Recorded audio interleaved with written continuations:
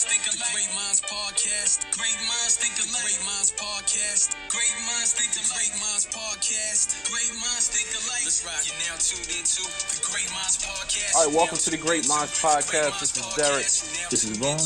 And we're here with Hakika Wise. How you doing? I'm doing well. Thank you so much for having me. Thanks for joining us. Yeah, thanks for joining us. You've been certainly on our radar for a long time, so glad to make this happen. So I'm going to give Kika introduction, entrepreneur, CEO, founder of the Kika Stretch Studios. Most importantly, a great mom and a tremendous role model. So happy to certainly happy to have you on. Definitely. Thank you. Appreciate it. Mm-hmm. All right. So before we get into, can we get a little bit into your background? Yeah, so I trained as a dancer for years. I trained at Montclair State University. I got a BFA. Red Hawks, let's go. Red Hawks, there you go.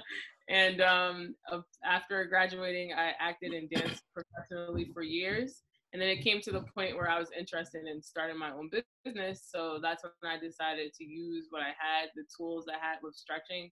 And I decided to start a stretch studio based on my knowledge from that. Okay.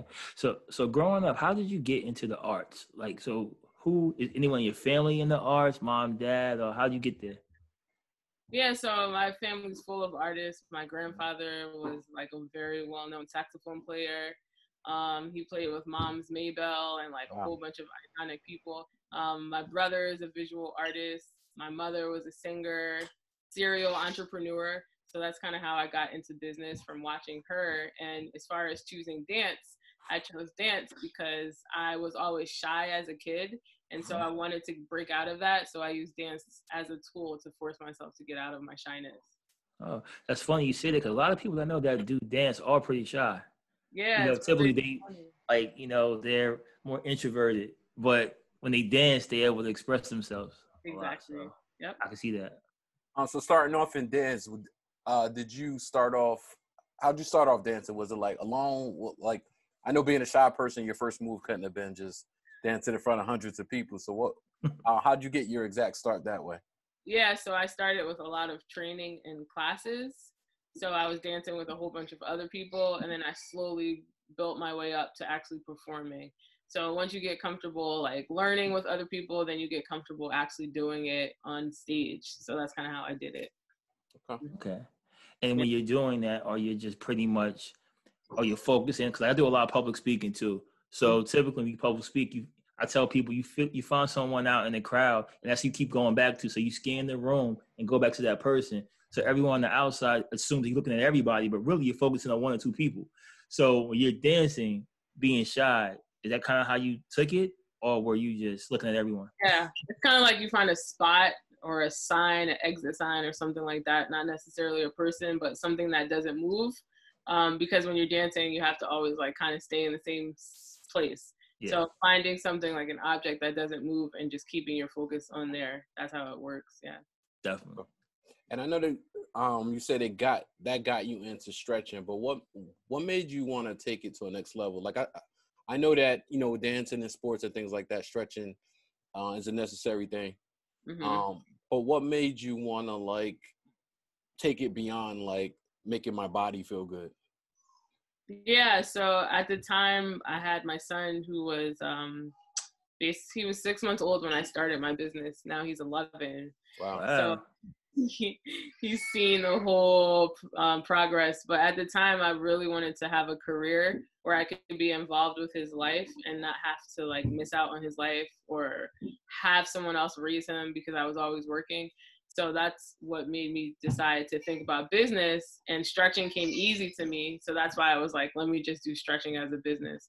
So I basically chose something that was free, a free resource that I can convert into like a business, and stretching was unique because nobody was doing it at the time. You're definitely right. And I don't think people understand how important stretching is. I know I didn't until I got a little older, right? So when you're younger, you might go out there and play a couple of games of basketball. Don't stretch a lick. High school, you're not stretching. Even college, you're not stretching. You get to be about like 25-ish around, you can start stretching a little more. So I remember being younger, I started doing yoga. So I started doing yoga, and really it was for the females at the time. I just wanted to see the girls to do yoga, so that's kind of why I did it, honestly. But I started elongating my spine, as they call it, right? So I was having like lower back issues, right? So I started doing that, and I would actually like feel my hips opening up, and I could feel the difference. And I didn't realize how important it is. And I noticed a lot of athletes are doing different kind of stretching now more than ever. So have you noticed that as well? Like to fill that void?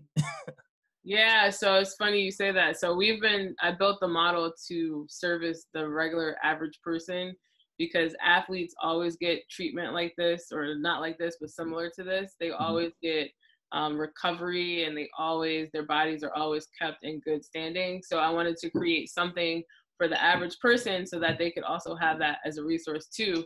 So in May, it'll be 10 years that I've been doing this. And actually now we're getting like major athletes that will be announcing soon once they let us take their picture. Like major household name athletes who are now coming to our studios.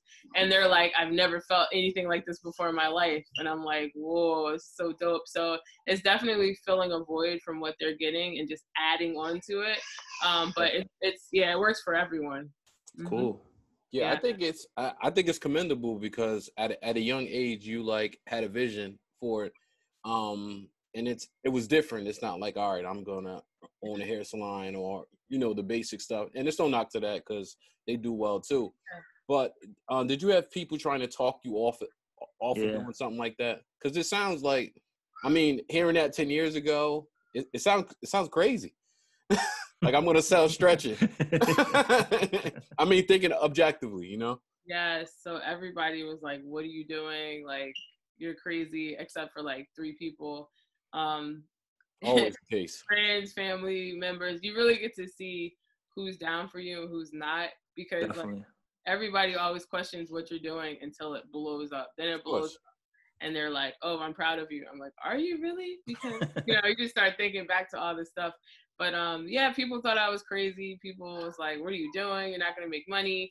I mean, if you know in your heart you're supposed to do something and it feels good, you really cannot listen to other people's opinions if they're trying to talk you out of something.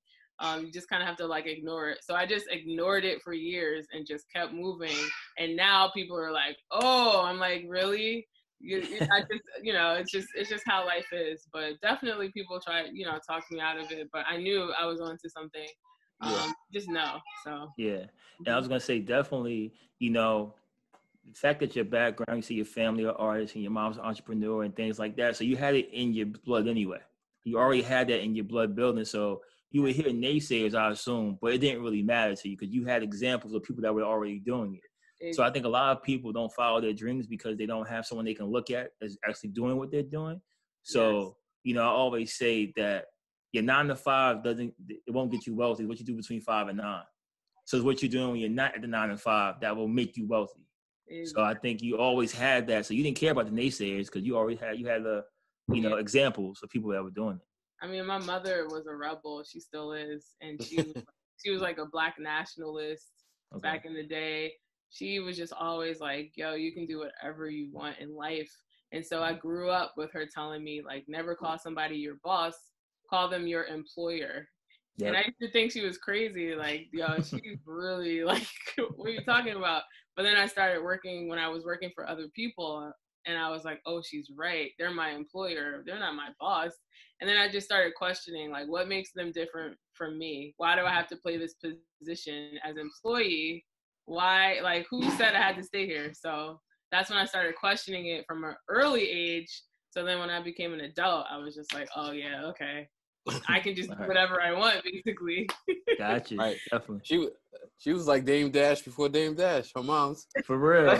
Like, first you got a boss. Dash. Yeah, you got a boss now. Oh, like she does something. I'm like, she's a rebel. So here I am. So now I have a daughter, and I'm like, uh-oh. Oh, she's gonna follow on that those footsteps. She's ready to go. Absolutely. All right. So to the extent that you can, explain what like makes your method different. Yeah. So imagine lying on a mat and having someone gently stretch out your whole body for you. So we help take away the tension that's been trapped inside of your body for years. So we have custom mats where we do all the work on. But the biggest thing that people ask, how is it different than yoga? So yoga, you're actually holding your body in positions and your muscles are like contracted like this. And so when you stretch with us, we actually teach your body how to be completely limp. So you're limp on the ground and we're stretching you versus somebody holding, you holding you up. Mm-hmm. Gotcha. Okay, and one other question: how can you avoid someone taking your method? Yeah, so there's a few things, right? That Basically, lawyer up. So I have lawyers, like all different types of lawyers, like franchise lawyer, regular contract lawyer, whatever. So you have to protect what you have. So like he said, so trademarks, the method is copywritten, protects the actual movements. So you basically protect everything you own by trademarks, copyrights. Those are the two major things for my industry. And then if you see somebody trying to use them, you just call your lawyer. Yeah, get the lawyer on them. Yeah, that's what you gotta do. Yeah, that's what you gotta do. You can't even touch your toes no more without getting sued. Like nope. Exactly. Like, wait a minute, what's that move right there? Nah, we know where that's from. Nah, you can't grab your toes. I saw a picture online a few days ago, and I was like, so I sent my lawyer the text and image, and he was like, "Oh, let me see what we can do." So I'm like, it's just like when you try to do good work, you'll always see what's happening, and then of course, once you see it, you do something about it. So yeah, she got the stretch game on lock. For real, don't play with that. But like, yo, this picture sure does look like what we're doing. It's nothing wrong with that, though. A lot of people don't know that, but I think something that you did that I read that was really dope that I think a lot of people don't do is you actually was documenting your process, documenting your stretch, documenting everything, right? Yeah. So I think a lot of people have great ideas, and some people are listening, some people even us, but we don't write it down, right? Yeah. So when you don't put things down, I always think that a plan is nothing until you put it down, right? I can say anything I want to say, but if I'm putting it into paper, it means nothing. Exactly. So you actually was documenting things like that. So it was easier for you to bring that to somebody and say, hey, this is what we're doing for copyright, for trademarking, even for the franchising part that we'll get to later, but it was much easier for you to do that. So do you recommend always writing stuff down? I do. But. And I learned a lot of things the hard way. Yeah. Painful learning curves. And sometimes that's the best way because you just like, you really know your, ish when you do things the wrong way. But from, like you said, I was always writing things down because I wanted to fire myself from certain things in my business early on. In order to do that, I had to hire other people. So I wrote down all the things that I was doing that I wanted someone else to do. And that later on became their job description. So I didn't know I was creating systems, but that's what I was doing. And essentially a franchise is nothing but systems. And so when I decided to franchise, I had all these things and I was like, oh, I'm halfway there. So it definitely helps to write down your process. And also if you're doing something unique, you have to write a book. So that's like what I'm doing now. Because people know, oh, you did this, oh, you did that, but a book solidifies it like, oh, this person did this. So that's something that also everyone should think about. That's dope.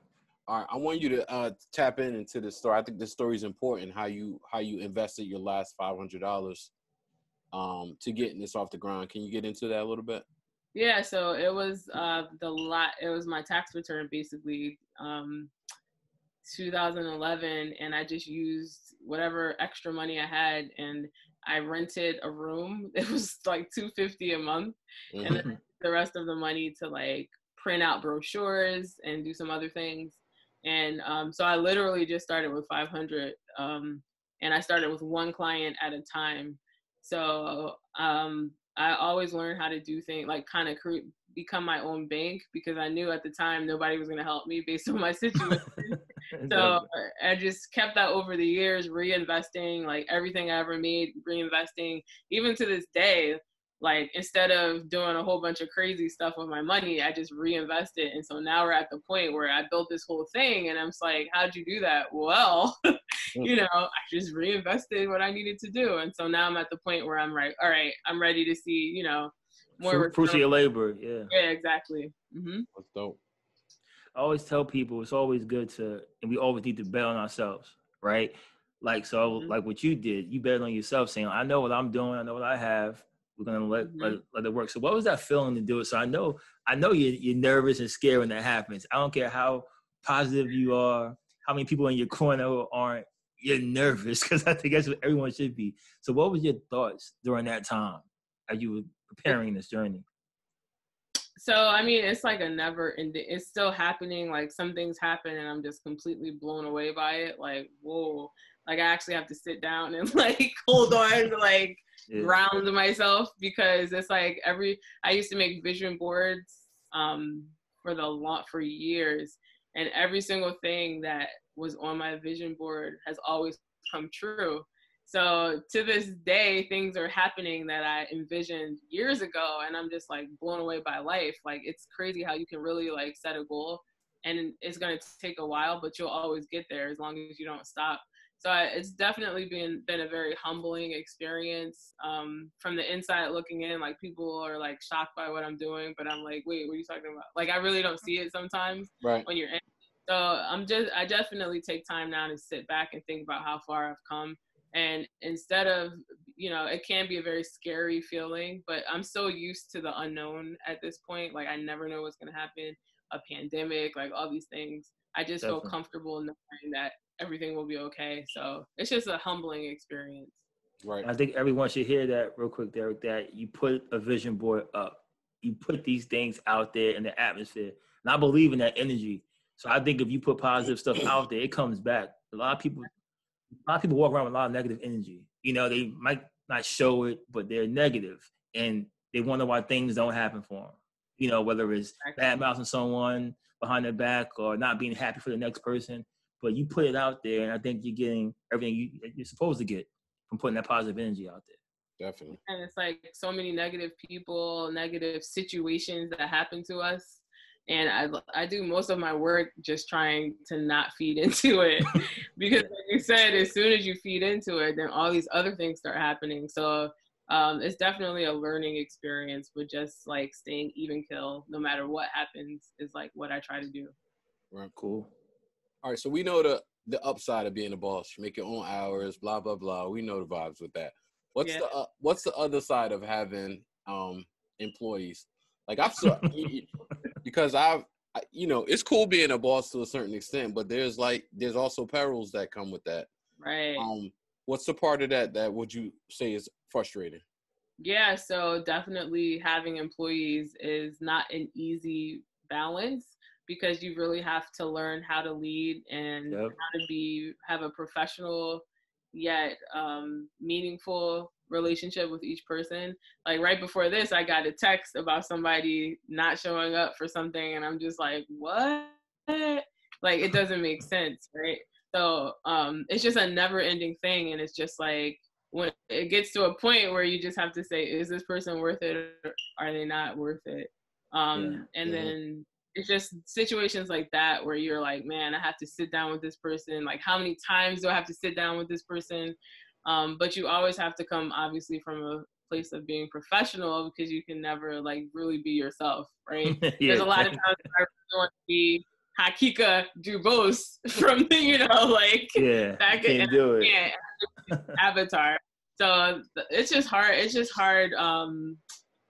Finding that balance of maintaining employees and also like leading them to do good work.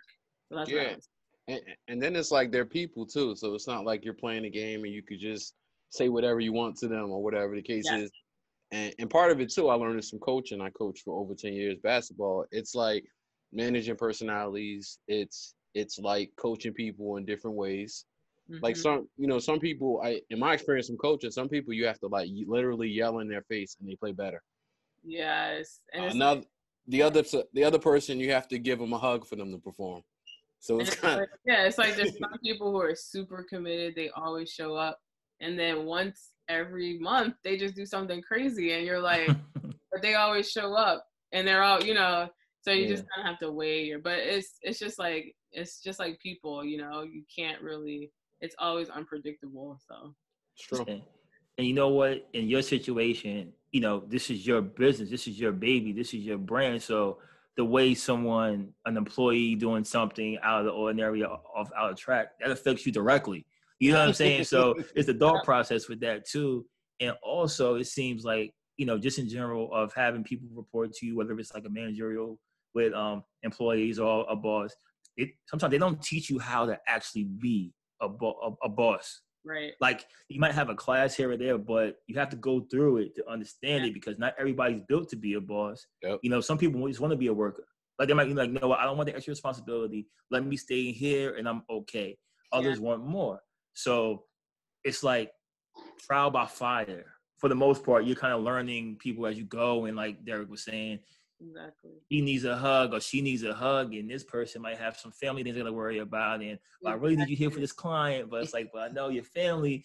So it's like, all right, maybe, but in your case though, if you can, you maybe not now because you're growing, but you can say, all right, I can fill that gap because you know how to do it, you know how to handle everything.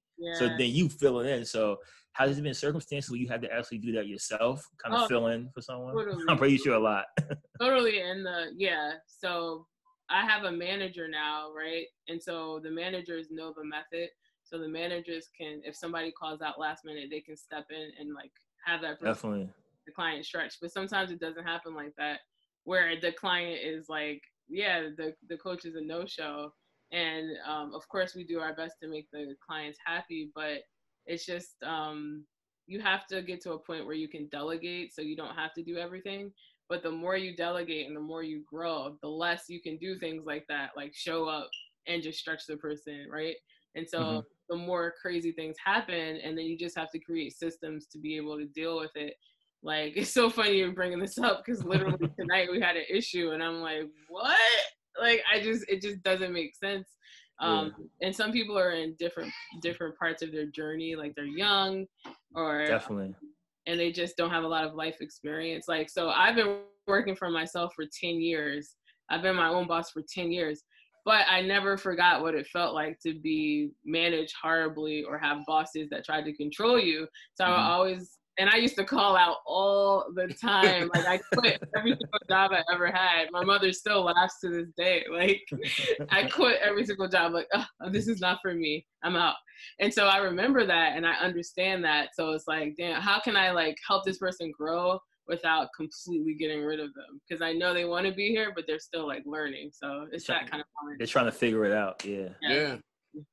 And for certain people, like, this is just a job for certain people. Yeah. Like, it could be like working at Burger King. Like, you're just trying to get a check, exactly. you know. But that's like, yo, this is my business. This is, you know, how it survives. So it is tough. Question for you: when you first decided and you had this vision, did you envision, like, what did you envision? Like, I know you franchising now. What was your initial plan though, or how did you see it? So it's funny. I started in a small space that I shared with a real estate agent. And it was literally the size of this box that you see around me. That was my studio. Then I moved to the basement of a restaurant, a Turkish restaurant. So like in the summer, you would smell curry and onions coming through the vents, and people were still coming to stretch. And that's where I built my business. Like, that's where, so I was like, oh, this is dope. I'm onto something. But one day I was telling somebody, our name is Studios with an S, like Kika Stretch Studios. And they were like, why is there an S at the end? I'm like, because there's going to be more than one studio. Wow. And they started laughing at me. They started laughing like, that's funny. And I have 13. You know what I'm saying? So it's like, it's just crazy how people really don't believe that things can happen. It's not necessarily they don't believe you can do it, but it's something like a reflection of their own lives. Like, people don't really know that they can create something from nothing. So when you tell them your idea and they start laughing, I'm like, wait, why are you laughing? Yeah, why are you laughing at that? I don't get it. Wow. No, that's super. I think it's very important that your story is heard too as well. You know, because like Derrick and I, we both have daughters as well. So when we put this thing together, we always say we want to bring people on in that, you know, always doing something positive, but also to give inspiration to our daughters if they see this, if they're watching. So I think your story is like perfect for that. You know, so I'll make sure my daughter watches this episode because she has to understand, because she has things that she'll vision and she'll say, and she'll go, well, that might not work. I'm like, why would you say that? I'm like, why would you? No, that could work. You know, so it's good for her to hear this stuff, you know, and see that. Yeah, and that when I talk to youth, that's like all I talk about. Like, you can do.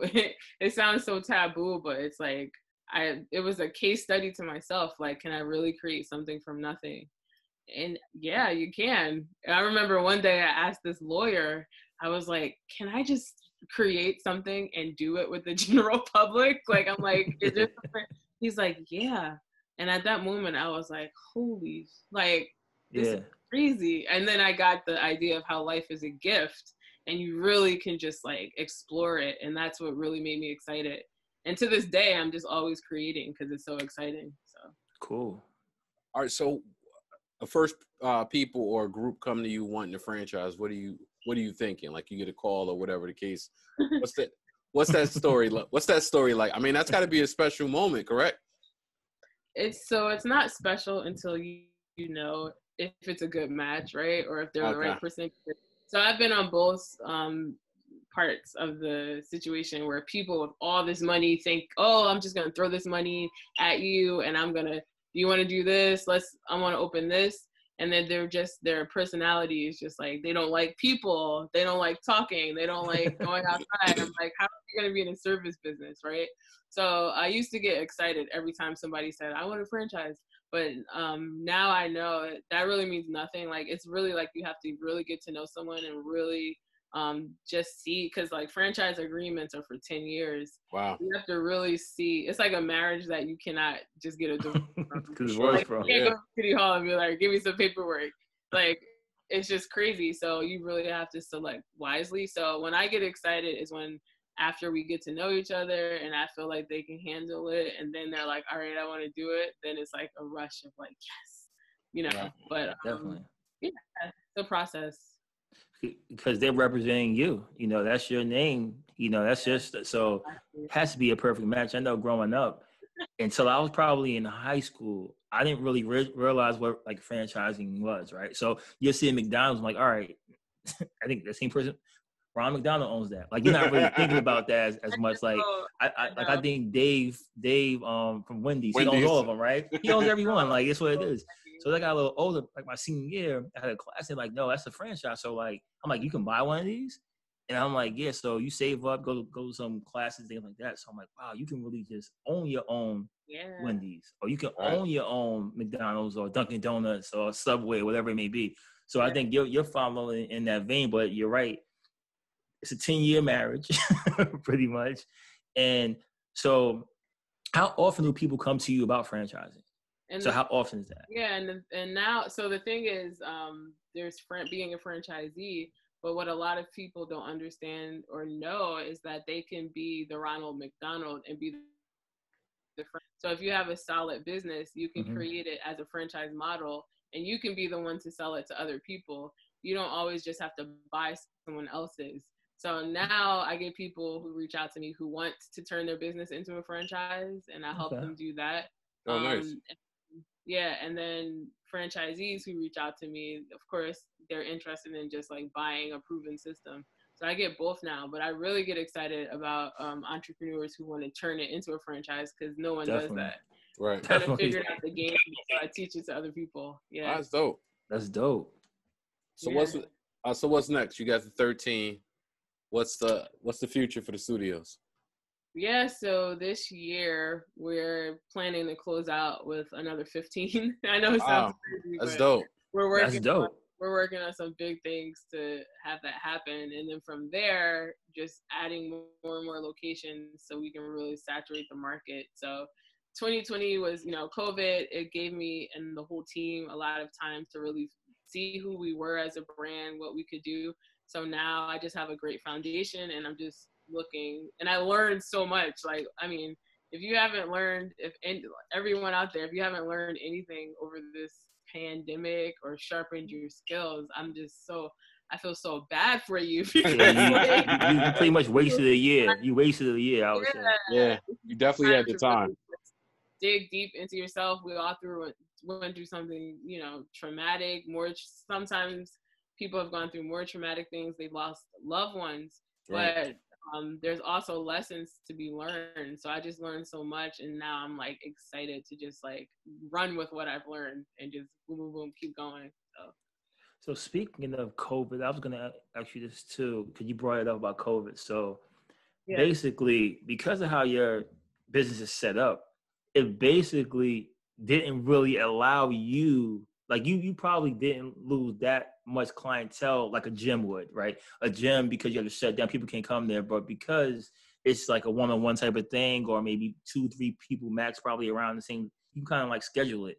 So how are you able to handle that and throughout the whole, all your, your other locations? Yeah, so all of our locations actually had to close for 3 months during the pandemic. Oh man. So all income was like, right? But I'm the type of person to always plan for the worst because I've experienced the worst.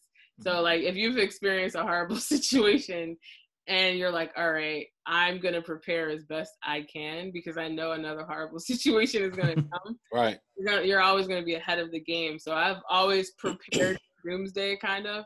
So when the pandemic hit, I was devastated, like, oh my God. But at the same time, I was like saving as much money as I could. So all those months we were closed, like we were okay, we were good.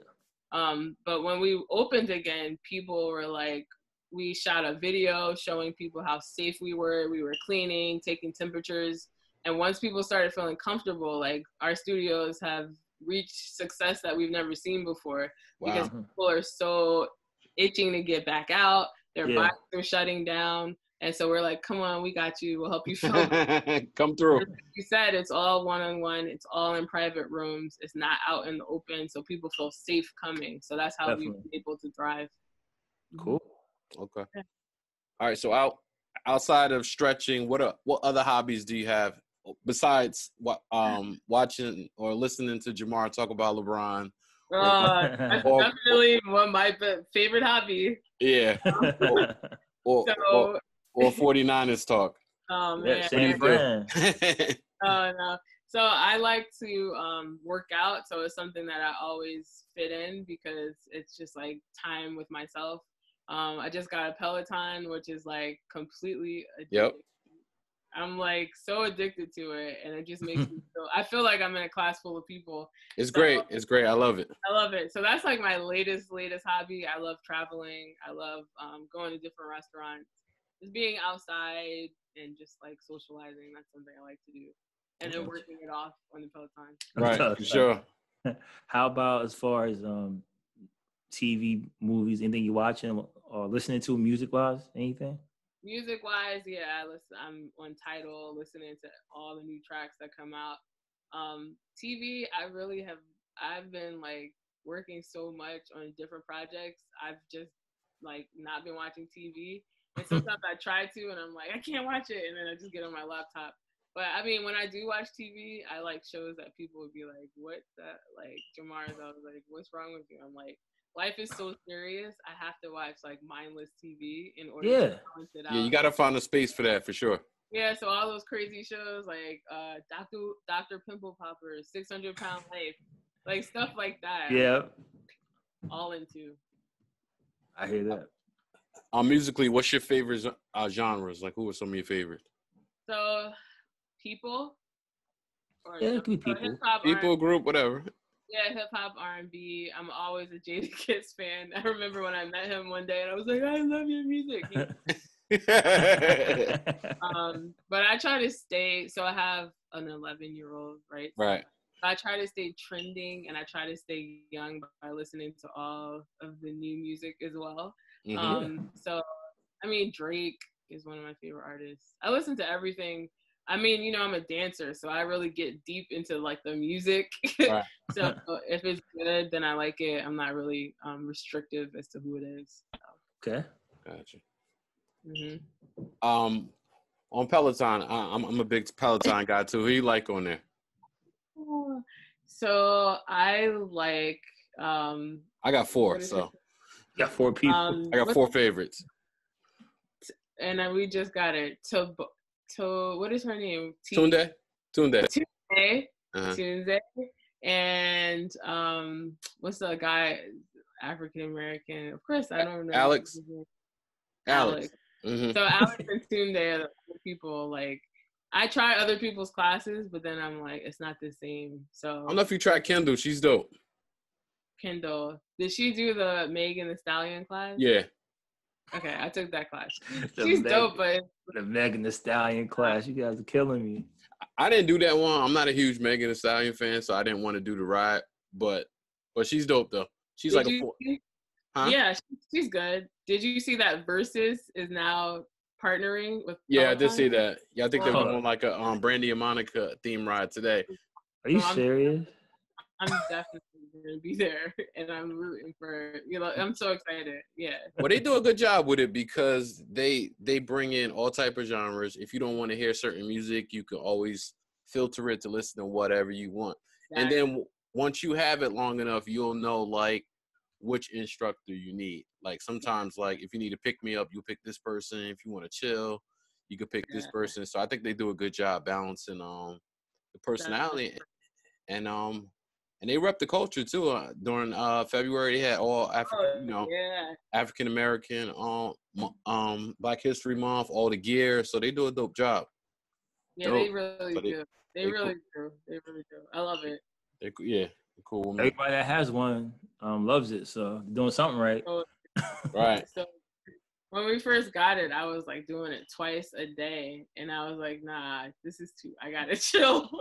I was like so tired. Like no. Yeah. Once a day. But I look forward to it. Good. Yep. Good. All right. You got anything else for him before we move to rapid fire? No, let's do the rapid fire. Oh no. Talk about future goals though, right? The future, you said 15, try to do this year, 15, right? 15 more franchises, yeah.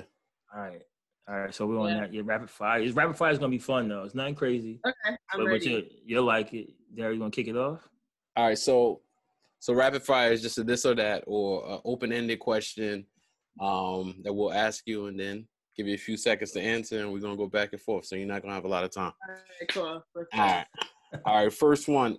What's a dream location to get a Kika Stretch Studios? One.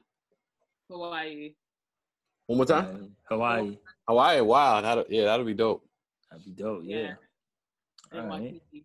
Yep. And Waikiki. So why Hawaii? Why you love that place? You been there before and you love it, or is just something Yeah, you just think about? I love it. I think it would be dope to have like to fit in with the whole Hawaiian tourist thing, like Hawaiian stretching, like stretching in Hawaii. I think it would just be dope to have that. No, you're right. Definitely. That sounds kind of dope. Now I think about it, right? Yeah. All right. So since we're still in quarantine, I guess you can say, for the most part, what's your favorite quarantine snack? Which one? Okay, I would say Cheetos. Cheetos. The Wait. hot ones? Now you talking about the puffs or the Puffs. puffs? All right. And my son put me onto Takis. I can't mess with those. Like I never had those before. Now my daughter did the same thing, right? And she's like, "Dad, you gotta try these." She's 13. They're I'm like, so bad for you. I love "Yeah." them. I'm like, I'm like, it's too hot. Like, I don't want What this. is Like, it? What is it? it's like a hot. It's like a hot corn chip. That's corn chip. Like it's like flaming hot though. Like a Dorito? Like the hottest chip one of the hottest chips I ever had, except for the ghost pepper chip. Oh, okay. It's like you gotta try it. It is kind of addictive though. I'm not gonna front. Like I said, I don't like it, but you can't stop eating it though if you have one. It's one of those things like that. You'd be like, I don't care. I gotta eat it. Right. Exactly. All right. What was your toughest day as a business owner? My toughest day. Jeez. Whew. Or something that stands out. Something you think about. So something that stands out is when I first started and I didn't know how to balance my books and my account was negative and I had to figure out how to make payroll. Yeah. Yeah, that's real. See, that's a real boss. See, that's a real boss issue. Yeah, that certainly qualifies. That's why I was supposed to keep money in my account. That's hilarious. But that happens a lot though, because people don't understand. Like when you're your own boss and you have employees, that's tough. Like you gotta really know how to balance this stuff out. And you're like, sometimes you might not have to eat. You might take some off your plate to give to somebody. You know how it goes. Yeah, that's part of it. That's part of the whole game. Yeah. So I want to take it back to your dancing days, right? Okay. So what was the most exciting venue that you ever performed in? So actually, the most exciting venue was the Staples Center in LA. I was flown out to audition for Michael Jackson's "This Is It" tour. Wow. Okay. Wow. And actually, I was pregnant with my son. I mean, I was like 2 weeks pregnant, 3 weeks pregnant, but no one knew, obviously, right? So Yeah. I was like about to pass out on the stage. I auditioned. It was great. So that was the greatest experience I had. He was in the audience. And That's just dope. to perform in front of him was dope. What happened with that? So they picked one person, one girl, and it was like Quincy Jones' niece. It was like cattle call. So that's what they do all the time in the industry, but it was exciting nonetheless to be a part of it. Yep. Because you get to see the environment, feel everything, and see how it goes. And, you know, you never know what can happen, but that could spin off of something else while you're there. Someone else could see you and say, no, okay, that's dope. Mm-hmm. All right, what's your favorite Jadakiss song? Breathe. I think that's my favorite one. I don't know why, but every time I hear the beat, I'm just like, and you know, like I'm from New Jersey, but New York has always been like, I've always loved going to New York. So when I hear that song, I just feel like New York, like the whole vibe. No doubt. Gotcha. All right, my last question would be, name 5 dinner guests you would love to have living or dead that have passed as well. Could be famous too, correct? Could be famous too. Could be anybody. Yeah, it might not be nobody famous. Could just be like a cousin or something like that. But 5 people. 5 dinner guests. So my father passed away when I was 8. So I would invite him. Richard Branson. John Legree, which he used to own T-Mobile. I don't know if you guys are on Clubhouse, but I'm always in rooms. Kind of. Yeah. Big thing. Stevie Wonder, because he's my favorite artist of all time. And lastly, I would say Mozart. Jeez. Wow. All right. That'd be one heck of a dinner party right there. Yeah. Like, what would you even serve? I don't know, but I know, right? Yeah, that's what I would choose. Mm-hmm. All right. Well, we definitely appreciate having you on. I think it'd be motivation for everyone. You know, men, women, girls, boys. I think we need risk takers. Without risk takers, like, you know, life will be a lot different. And just kind of going out on what you believe on, and instead of setting out to be a worker, or, you know, sometimes you got to take a risk in life. And I think you're a great example of doing that and being successful. Yep. Yeah. If you don't take risks, you're going to end up regretting it. People listening and the what if. Yeah, you only live once, and you're on this journey one time this way with these people. So it's like, if you're not taking risks, you're not really living. You might as well. Yeah, definitely. You got any social media website or anything you want to shout out? So, on Instagram, I'm Kika I am, like Kika I am. Our website's Kika Stretch Studios with an S.com. And yeah, you can find me there. Ask me any questions you have. Awesome. That's dope. Great having you. You can catch the Great Minds Podcast on Instagram at the Great Minds Podcast, on Twitter at the Great Minds P1. I'm happy to have Kika Wise with us today. Yes. And I hope you guys enjoyed. Thank you. Appreciate it. Great Minds Think Alike. Great Minds Podcast. Great Minds Think Alike. Great Minds Podcast. Great Minds Think Alike. Great Minds Podcast. Great Minds Think Alike. Let's rock. You're now tuned into the Great Minds Podcast. You're now tuned into the Great Minds Podcast. You're now tuned into the Great Minds Podcast. You're now tuned into the Great Minds Podcast. Derrick Devon, oh boy, like Cam on a song. Culture safe now, thank God. The panic is gone. Time to heal from the pain. Take the bandages off. You gotta win. The stakes are high like a cannabis bomb. Okay, it's game time. Picture with the balls. That's a FaceTime. Great minds spreading faster than a rumor through the grapevine. Vaughn and Derrick, deserve the merit. All salute. It's more than just a podcast. Show it's like a movie. Vaughn and Derrick, what up? Great minds think alike. It's the Great Minds Podcast. Great minds think alike. It's the Great Minds Podcast. Great minds think alike. It's the Great Minds Podcast. Great minds think alike. You're now tuned into the Great Minds Podcast. You're now tuned into the Great Minds Podcast. You're now tuned into the Great Minds Podcast. You're now tuned into the Great Minds Podcast.